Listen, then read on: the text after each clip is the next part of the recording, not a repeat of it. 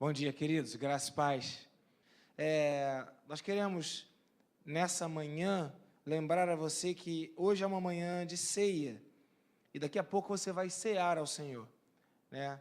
E, sendo uma manhã de ceia, é uma manhã importante, é uma manhã que, de fato, é significativa para o nosso relacionamento com Deus, e é uma manhã que nós devemos trazer à memória, de novo, ou de uma forma mais enfática, aquilo que Jesus Cristo fez por nós na cruz do Calvário. E às vezes isso passa batido, ou às vezes a gente esquece, ou simplesmente às vezes nós não nos lembramos ou ignoramos, porque a graça é um segredo de Deus. Repita assim comigo: a graça é um segredo de Deus. Nem todos compreendem a graça. Nem todos entendem a graça. Nós temos uma nuvem de culpa, né? E de acusação contínua. Em alguns momentos, desafios, eles se tornam até acusatórios para nós. Porque se nós não vencemos os desafios, seja ele qual for, sejam eles quais forem, às vezes a gente fica, eu não consegui, eu não dei conta. E há uma cobrança, quase que uma acusação que vem contra as nossas vidas, porque nós não conseguimos, porque nós não demos conta, porque nós não alcançamos. Então existe uma cultura de acusação que envolve a nossa vida. Essa cultura de acusação, quer a gente tenha compreensão ou não, ela nasceu no Éden. Ela nasceu no pecado de Adão, quando Adão ele pecou, desobedecendo a Deus, e ele se viu agora se escondendo de Deus, fugindo da verdade. E a partir dali, então, Deus ele tenta uma aproximação com o homem, e o homem parece que está meio perdido, sem saber o que fazer, e Deus orienta: olha, faça assim, faça assim. E aí Deus entrega as leis para o homem. E a partir dessa origem em Adão, a partir de não saber como agir, nós nos cobramos o que deveremos fazer, como fazer, e essa acusação, ela continua até hoje, 2019. Eu creio que cada um de nós aqui, algum dia, ou já foi acusado, ou está sendo acusado por alguém, ou pela sua própria consciência, ou pela sua própria alma, ou pelo seu próprio jeito de pensar, né? Há uma cultura de acusação. Por isso que a graça de Deus é um segredo. A graça, ela não é compreendida de uma maneira tão simples assim, né? Lucas, capítulo 24, lá no finalzinho do Evangelho de Lucas, a gente tem aqui uma situação, depois que Jesus Cristo ele morreu, ele ressuscitou, ele apareceu para uma série de discípulos, né, e ele estava falando com eles. Lucas capítulo 24, verso 45 em diante. Lucas 24, 45.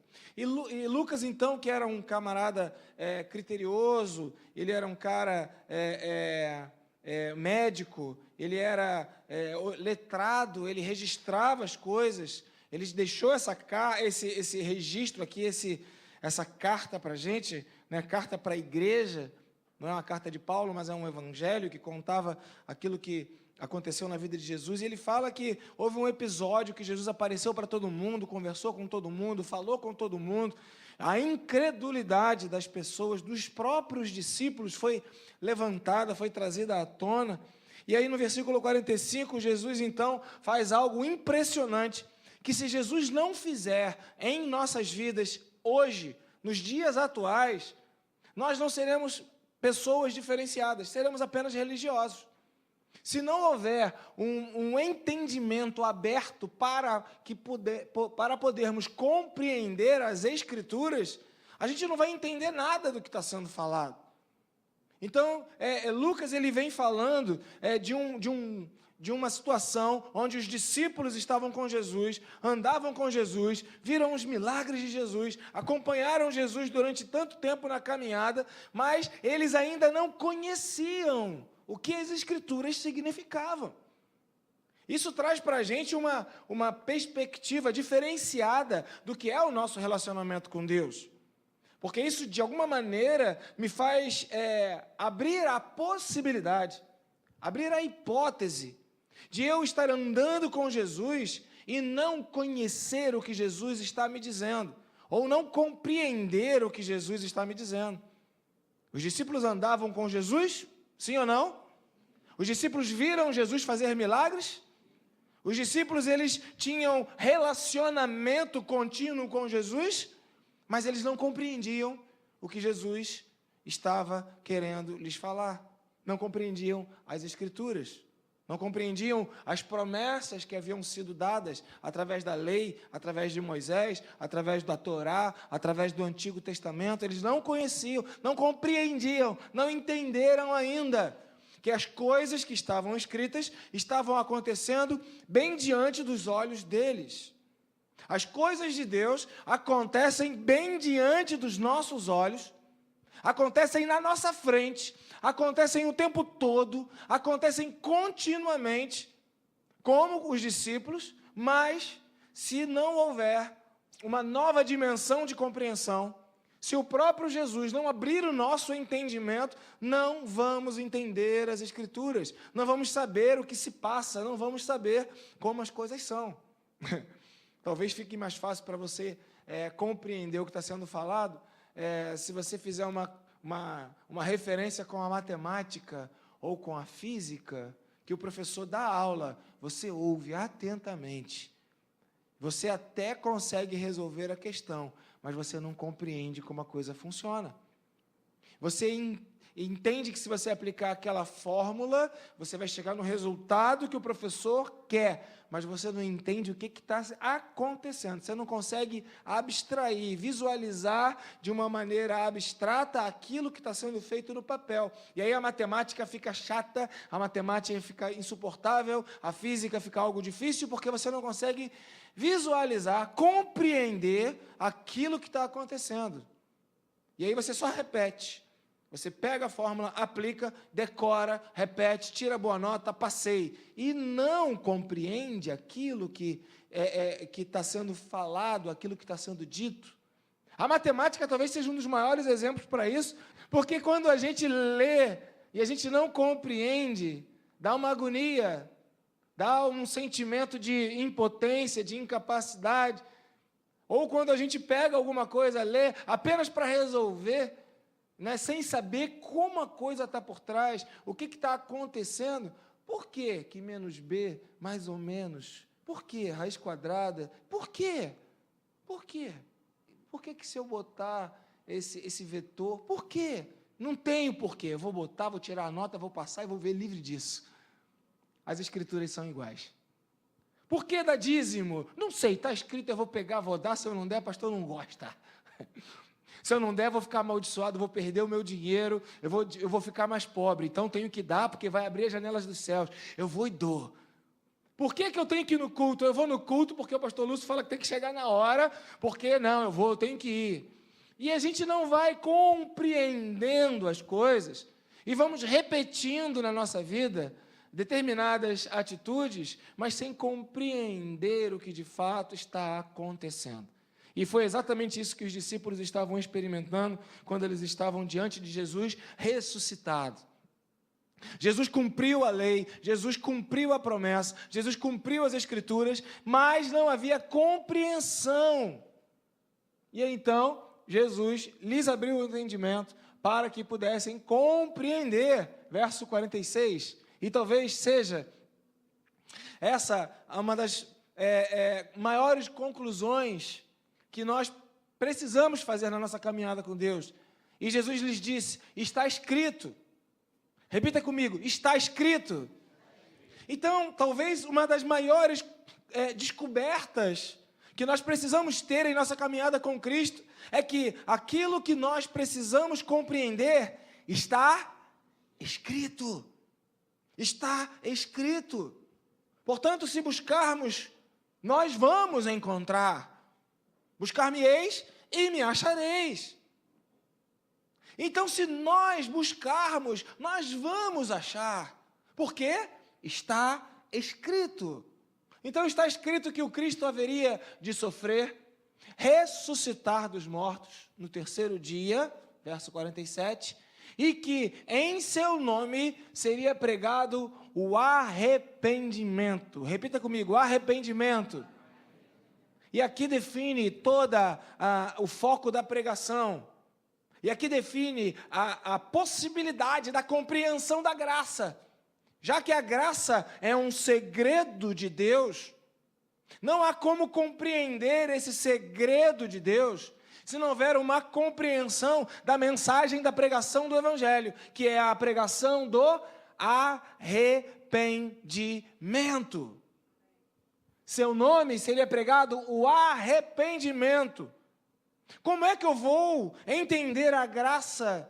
Como é que eu vou entender o perdão de pecados das nações, das pessoas, se eu não entendo a necessidade que eu tenho de arrependimento? Então o Evangelho, ele é algo que propõe para cada um de nós, é uma mensagem que propõe para cada um de nós uma cultura de uma graça, e é um segredo, e essa graça, ela só é revelada, ou ela só aparece a partir de uma proposta de arrependimento. Então, quem não se arrepende, não alcança a graça. Quem não se arrepende, não alcança a graça. A graça é um segredo, precisa ser descoberto, e essa descoberta começa com o arrependimento para perdão de pecados. Agora, ainda em Romanos, abra comigo, Romanos capítulo 10. Eu quero ler com você o verso 2, 3, depois o verso 7 e 10. Porque, mais uma vez, a gente vai compreender que esse segredo, ele é desafiador descobrir esse segredo, né? Na verdade, há muitos segredos que nós não conhecemos. Há muitas coisas que nós desconhecemos. Essa semana que passou, lá no Seminário Betel, sem ser essa semana anterior, um aluno virou para mim e falou: pastor, eu quero andar contigo. Pastor, eu quero viver como você vive. Pastor, eu falei: meu filho, olha lá. Tem certeza do que você está dizendo?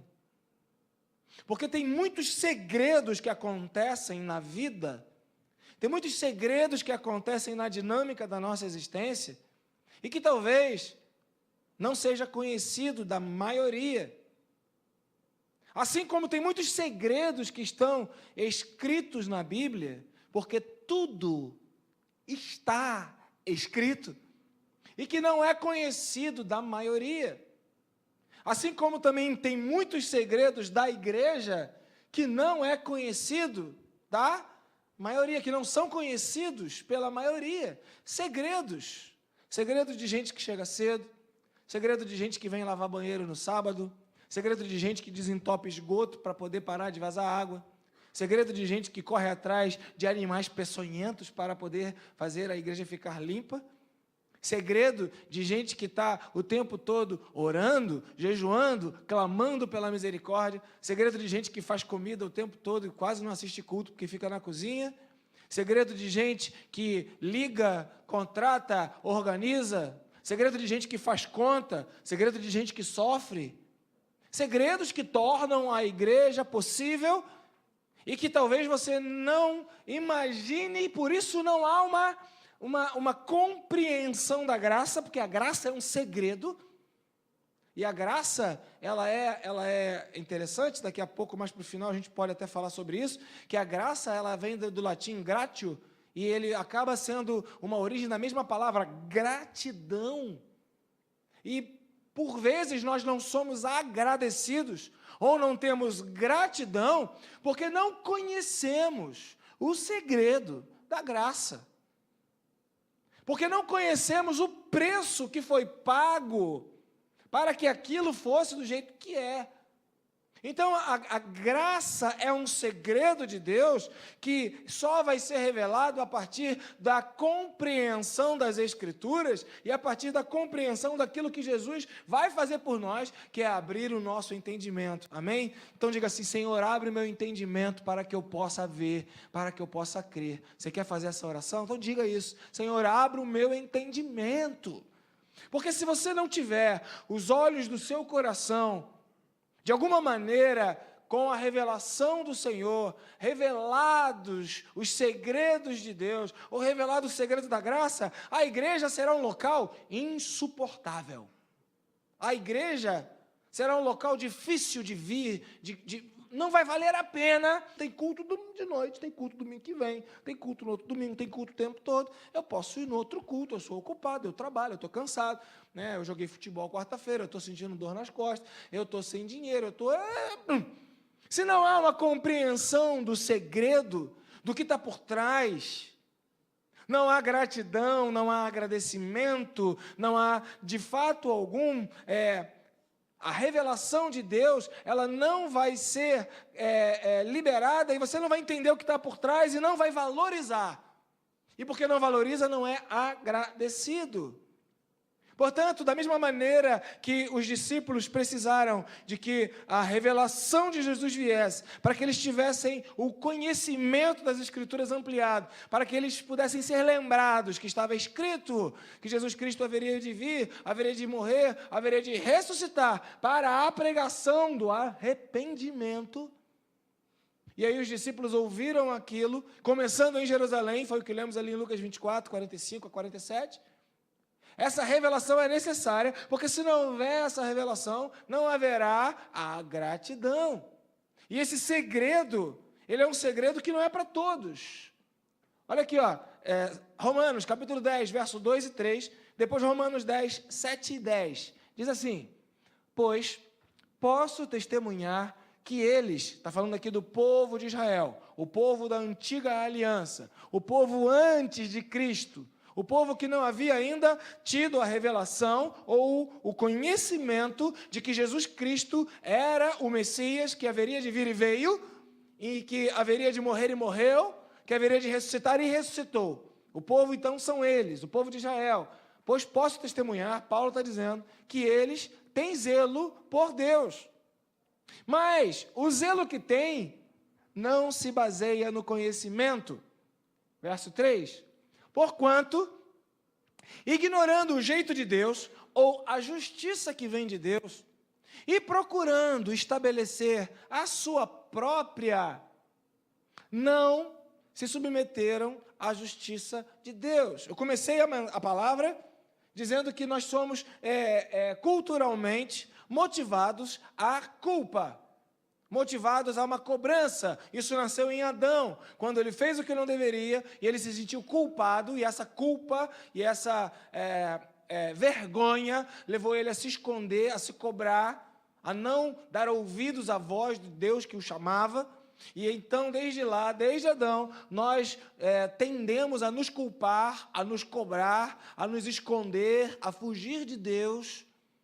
E então, essa culpa, ela acompanha, porém, a Bíblia ou as Escrituras afirmam que o próprio Deus providenciou uma saída. O próprio Deus providenciou uma resposta. Desde Adão ele fez isso, quando foi morto um animal, tirada a pele do animal, e o próprio Deus cobriu Adão. E então, a partir dessa experiência de Adão, o Senhor ele vem buscando um relacionamento com o homem, e a Bíblia então fala que ele prometeu que viria o seu próprio filho, ele mesmo viria e veio, prometeu que morreria e morreu, prometeu que ressuscitaria e ressuscitou. E agora, ele diz que aquele que crer será salvo, não a partir do que possa fazer, porque o que o homem fez, ou o que o homem faz, ou o que o homem pretende, ou as intenções, não são suficientes, não são satisfatoriamente plenas para atender à exigência de Deus. Então, nessa culpa que o homem tem, não adianta ficar tentando fazer as coisas do seu próprio jeito para chegar até Deus. Não vai dar liga, não vai acontecer. E o povo de Israel, Ainda que isso estando, que eu estou falando aqui, estando escrito, estando registrado, estando no livro, estando declarado através das Escrituras, o povo viu isso, mas, por não compreender as Escrituras, preferiu estabelecer uma própria justiça. Olha, eu vou fazer isso. Olha, eu vou fazer isso. Eu vou fazer isso. Eu vou fazer isso. Para tentar agradar a Deus, não a partir da justiça de Deus, mas estabelecendo a sua própria justiça. Então, pastor Lúcio agora há pouco falou sobre o dízimo. Você precisa compreender a dinâmica, a extensão, a propriedade, o que significa, mas tem gente que não compreende, mesmo assim dizima. Tem gente que não entende o valor de um culto, mesmo assim vem. Tem gente que não entende por que tem que ler a Bíblia, mesmo assim lê. Tem gente que não entende a matemática, mesmo assim faz os cálculos. Não é porque há acerto que haverá compreensão. Não é porque se faz a coisa de maneira correta, como vir ao culto é correto, você veio, como dar o dízimo é correto, você deu, como orar é correto, você ora, como ler a Bíblia é correto, você lê, mas não é pela coisa correta que existe a compreensão. São coisas distintas, diferentes. O povo de Israel, ele fazia as coisas corretas, mas não através de uma compreensão do que significava o arrependimento. Porém, eles faziam as coisas corretas, entendendo que, porque faziam tais coisas corretas, Deus os aceitava. E aí acaba a graça, porque aí, na verdade, há uma conta corrente de crédito e de débito. Quando eu faço o que é correto, eu entro no azul, eu vou para o crédito. E quando eu deixo de fazer o que é correto, eu vou para o vermelho, eu vou para o débito. E é o relacionamento de alguém que é zeloso, de alguém que tenta fazer as coisas mais perto do que é correto possível, ainda assim esse relacionamento, ele é um relacionamento sem a compreensão das Escrituras, que sugerem ou que propõem um relacionamento fundamentado exclusivamente na gratidão e no amor, ou num amor que gera gratidão, ou numa gratidão que vem a partir do amor. Por isso que a Bíblia fala que o amor de Deus nos constrange. E por isso nós fazemos o que temos que fazer. E aí Paulo vem falando, ou quem descerá ao abismo, isto é, para fazer subir Cristo dentre os mortos? 8. Mas o que a Escritura diz? A Escritura diz o seguinte: a palavra está perto de você, está na sua boca, está no seu coração, isto é, a palavra da fé que estamos proclamando. Qual é essa palavra? Que se você confessar com a sua boca que Jesus é o Senhor, e em seu coração, e crer em seu coração que Deus o ressuscitou dentre os mortos, será salvo. E o verso 10, pois com a boca se confessa, pois com o coração se crê para a justiça, e com a boca se confessa para a salvação.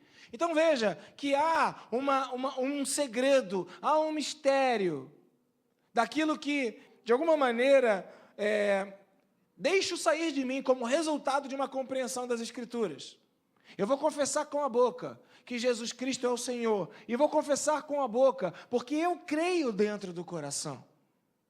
E aqui então agora há uma mensagem bombástica, há uma mensagem terrível, porque há uma mensagem que declara o seguinte: se eu não confesso com a boca, é porque eu não creio no coração. E aí você fala, não, mas eu creio. Ué, então por que não confessa? Eu creio. Ah, mas então por que não proclama com a boca? Ah, eu creio. Ah, então por que não abre a sua boca e divide e fala o que você crê? Porque aquele que crê também é aquele que confessa. Porque se eu confessar sem crer, eu vou estar fazendo parte de um conjunto de pessoas, ou um conjunto de verdades que não são minhas, mas são boas teorias que eu acredito nelas. E essas boas teorias que eu acredito nelas, elas não foram experimentadas pela minha vida. E se elas não foram experimentadas, eu não creio porque eu não vivi. Mas eu entendo que, teoricamente, aquela é a maneira certa. Então, veja, no frigir dos ovos, ou no final das contas, todos nós que estamos aqui, cremos na salvação eterna e cremos que vamos para o céu. Mas esse tipo de crença, ou esse tipo de fé, que nós somos salvos e vamos para o céu e teremos a vida eterna, absolutamente é comprovado, absolutamente é reafirmado. Nós não temos certeza disso. Só temos certeza por causa da revelação das Escrituras e por causa da compreensão daquilo que o próprio Jesus revelou para nós e que gera dentro do nosso coração fé. Uma fé que nos faz confessar com a boca: sou cristão, sou crente, vou morar no céu, eu não bebo porque eu não quero me embriagar, porque a minha alegria não está num copo de cerveja, num copo de bebida, a minha alegria está no Senhor. Eu não preciso prostituir o meu corpo para ter prazer indiscriminadamente, porque na verdade o meu prazer está em Cristo Jesus, o meu maior prazer está em Cristo, porque esse prazer que o corpo produz, ele vem e acaba, ele me torna escravo, mas o prazer que eu tenho em Cristo me faz feliz por dentro, de dentro para fora, e eu não preciso buscar um prazer atrás do outro, eu já tenho esse prazer. E se eu não tiver essa revelação, eu vou ficar o tempo todo teorizando que é assim, que é assim, que é assim. Mas quando chegar o dia do vamos ver, quando chegar a hora da provação, quando chegar a hora da dificuldade, o que será de nós, né? Como diz lá Salomão, no capítulo 8 de Cantares, o que será da nossa irmãzinha quando chegar o noivo? Ela não está pronta, ela não está preparada, se referindo à igreja, se referindo à incapacidade daquela noiva contrair as núpcias. O que será da nossa irmãzinha quando vier o noivo? Ela não está pronta, ela não está preparada. Então veja que há uma condição ou uma característica do nosso relacionamento com Cristo, que é não apenas ler o que está escrito, porque tudo está escrito, mas é também compreender aquilo que foi escrito, para que através da compreensão, a nossa vida não seja uma vida teórica, mas seja uma vida prática, não seja uma vida religiosa, mas seja uma vida verdadeira. Então, quando a Bíblia ela vem apresentando para nós, buscai, pois, em primeiro lugar, o reino de Deus e a sua justiça, ou a justiça do reino, todas as outras coisas serão acrescentadas. É desafiador, porque na teoria você pode saber disso, mas na prática você vai vendo que as coisas que você quer, elas não são acrescentadas. E porque as coisas que eu quero não são acrescentadas, eu me torno alguém que desconfio que se eu buscar o reino de Deus, vai funcionar, vai dar certo.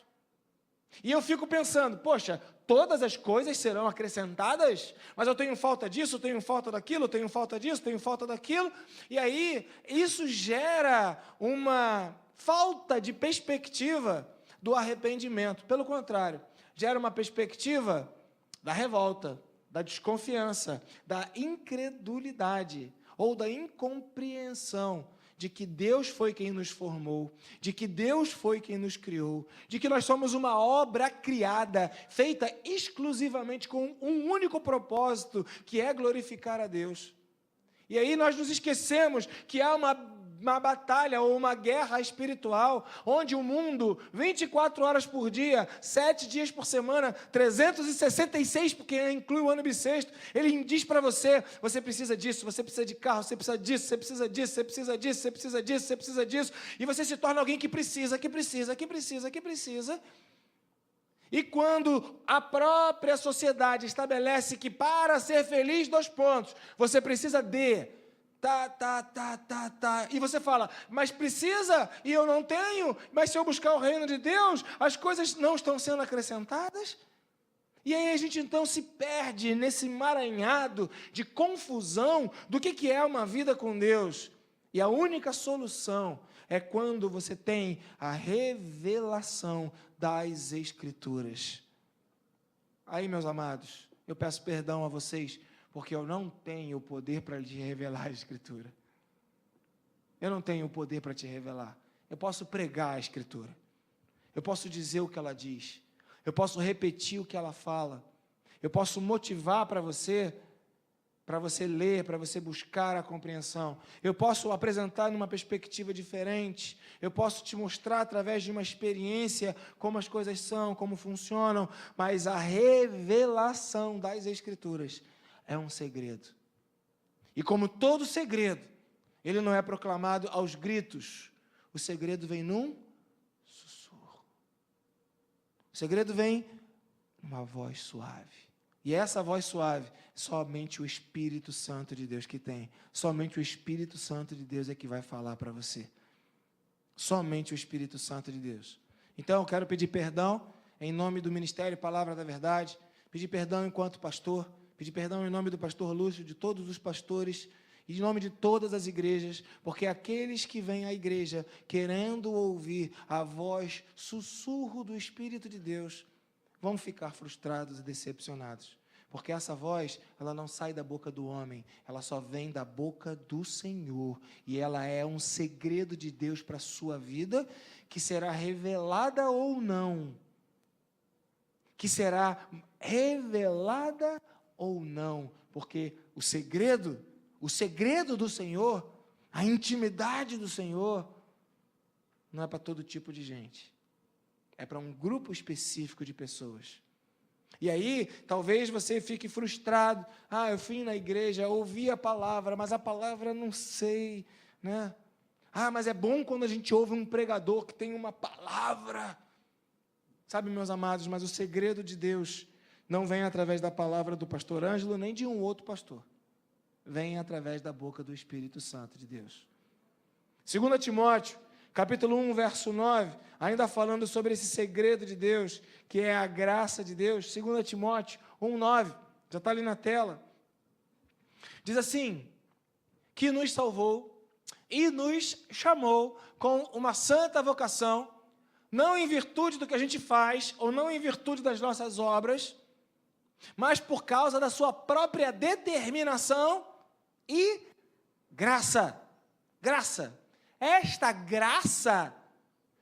graça que faz parte do chamado e que faz parte da salvação, essa graça que faz parte de uma determinação, não minha, não porque eu canto, porque eu toco, porque eu prego, porque eu faço, porque eu quero, porque eu desejo, porque eu anseio, não, mas uma determinação de Deus. Essa graça nos foi dada em Cristo Jesus, desde os tempos eternos. Se eu não compreender a graça que está em Cristo Jesus, eu não compreenderei o chamado. Se eu não compreender a graça que há em Cristo Jesus, eu vou fazer a obra de Deus, ou eu vou fazer o serviço de Deus, não segundo a determinação do próprio Criador, mas segundo aquilo que eu acho legal, segundo aquilo que eu acho bom, segundo a minha vontade, segundo a minha justiça, segundo o meu querer, e não segundo a vontade de Deus, não segundo a justiça de Deus, não segundo o querer de Deus. Há um mistério que precisa ser descoberto.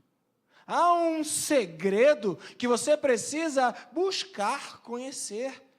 Talvez por isso o profeta Isaías, eu já disse isso aqui na igreja há algum tempo atrás, no capítulo 45 ele fala que Deus é um Deus que se esconde, que os tesouros de Deus estão em secreto, estão escondidos, estão nas trevas, em lugares que não está tão claro, segredos de Deus, que precisam ser descobertos, para que você conheça quem é Deus, na intimidade do conhecimento, da revelação do Senhor. Porque senão, você vai continuar vivendo uma vida perdido, não sei qual é o meu chamado, nem nunca vai saber. E eu quero também pedir outro perdão a você. Pedir perdão a você em nome pessoal, enquanto pastor, e em nome do Ministério Palavra da Verdade, porque você aqui ouve que a igreja ela tem um fundamento ou uma visão que é um cuidando do outro, e aí então nós temos nesse cuidado uma perspectiva de comunhão, e a partir disso, através da adoração, do discipulado, do evangelismo e do ministério pessoal ou do serviço, nós queremos transformar pessoas descrentes em verdadeiros e frutíferos discípulos de Jesus Cristo. E você é motivado a conhecer o seu chamado. Mas esse chamado, não, eu quero te pedir perdão, porque não sou eu quem vou te dizer qual que é.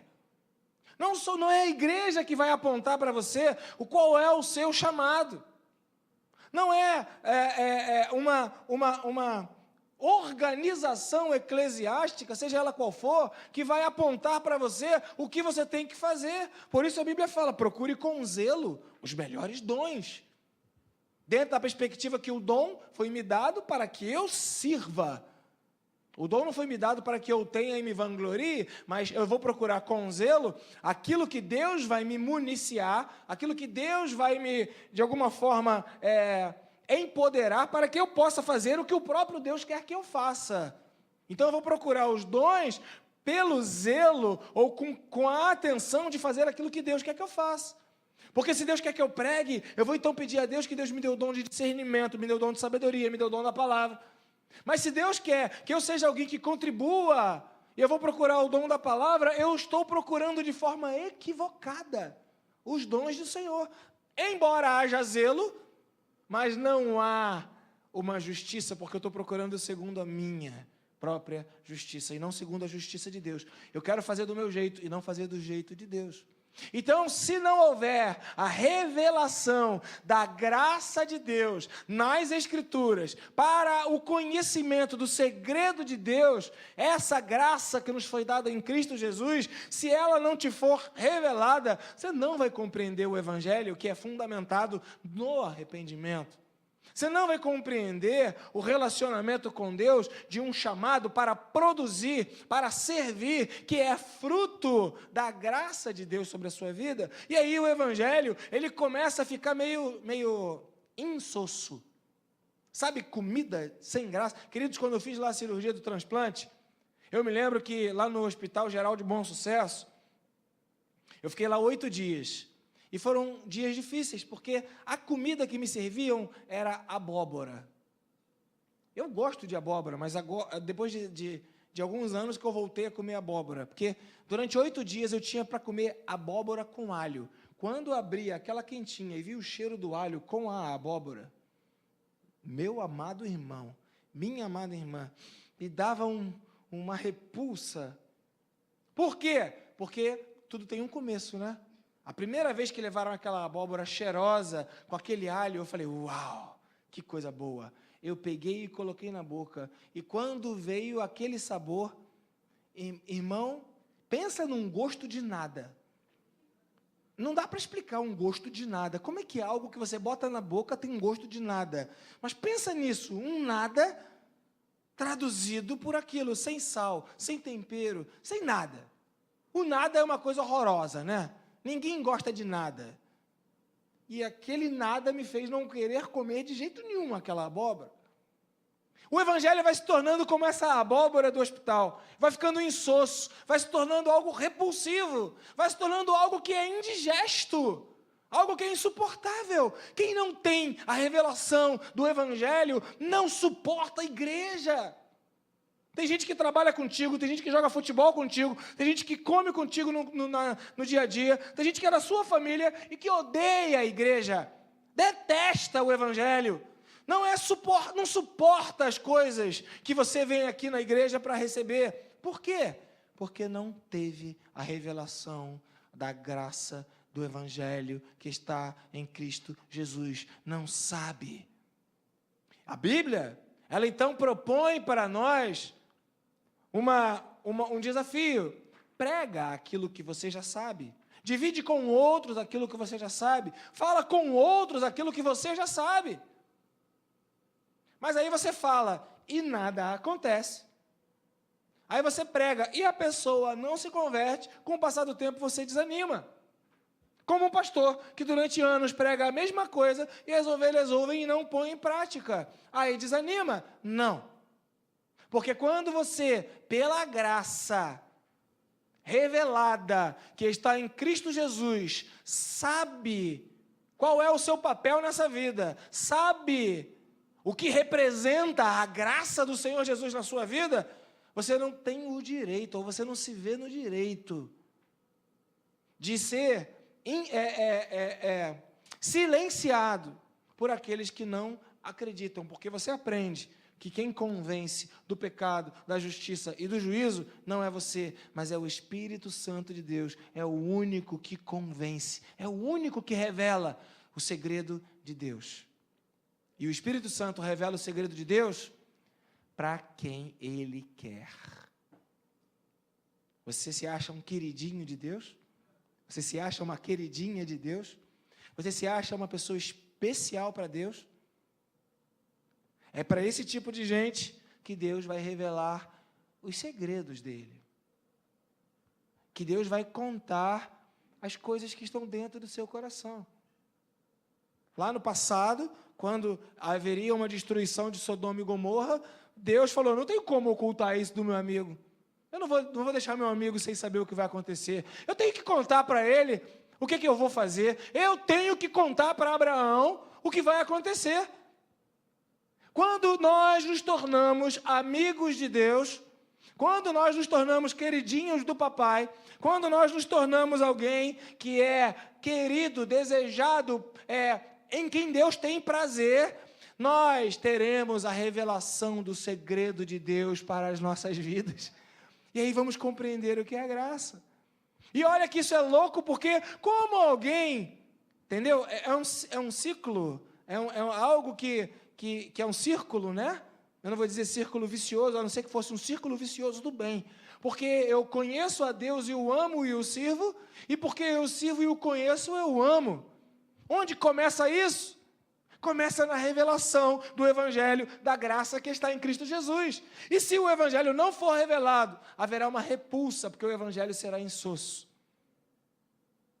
Os discípulos viraram para Jesus e perguntaram, por que para a gente o Senhor conta as coisas de uma forma mais esmiuçada, mais detalhada, e para os outros o Senhor fala por parábolas? Aí Jesus fala, porque vocês ouvem com boa vontade, e eles não. Então você começa a ver que no nosso relacionamento com Deus, não é pelo que a gente faz. Verso 10, por favor. Não, o anterior. O 8. Mas o que ela diz? A palavra está perto de você, está em sua boca e em seu coração. A palavra da fé que estamos proclamando. Entenda, a palavra está perto. Está perto de você. Mas também está perto do seu amigo, está perto do seu irmão, está perto da pessoa que trabalha contigo, está perto da pessoa que mora aqui do outro lado. Está perto, a palavra está perto. Todo mundo já ouviu falar de Jesus. Todo mundo sabe quem é Jesus. A palavra está perto. Todo mundo sabe que Jesus é o Filho de Deus. Todo mundo sabe que Jesus é uma história bíblica. Todo mundo sabe. Agora, está perto, mas não está na boca, nem está no coração. Uma coisa é ter a Bíblia, ou é ter a verdade de Deus perto de nós. Outra coisa é trazer isso para dentro do coração. E eu posso dizer para você que o único que pode trazer essa verdade de Deus para o seu coração é o Espírito Santo. E essa verdade, ela é uma verdade que vai sendo revelada de forma progressiva. Não que eu tenha alcançado, mas prossigo para o alvo. Indica uma continuidade, uma caminhada. Indica um caminho a ser seguido. Eu sou o caminho. Caminho só existe para uma finalidade, para que alguém possa caminhar.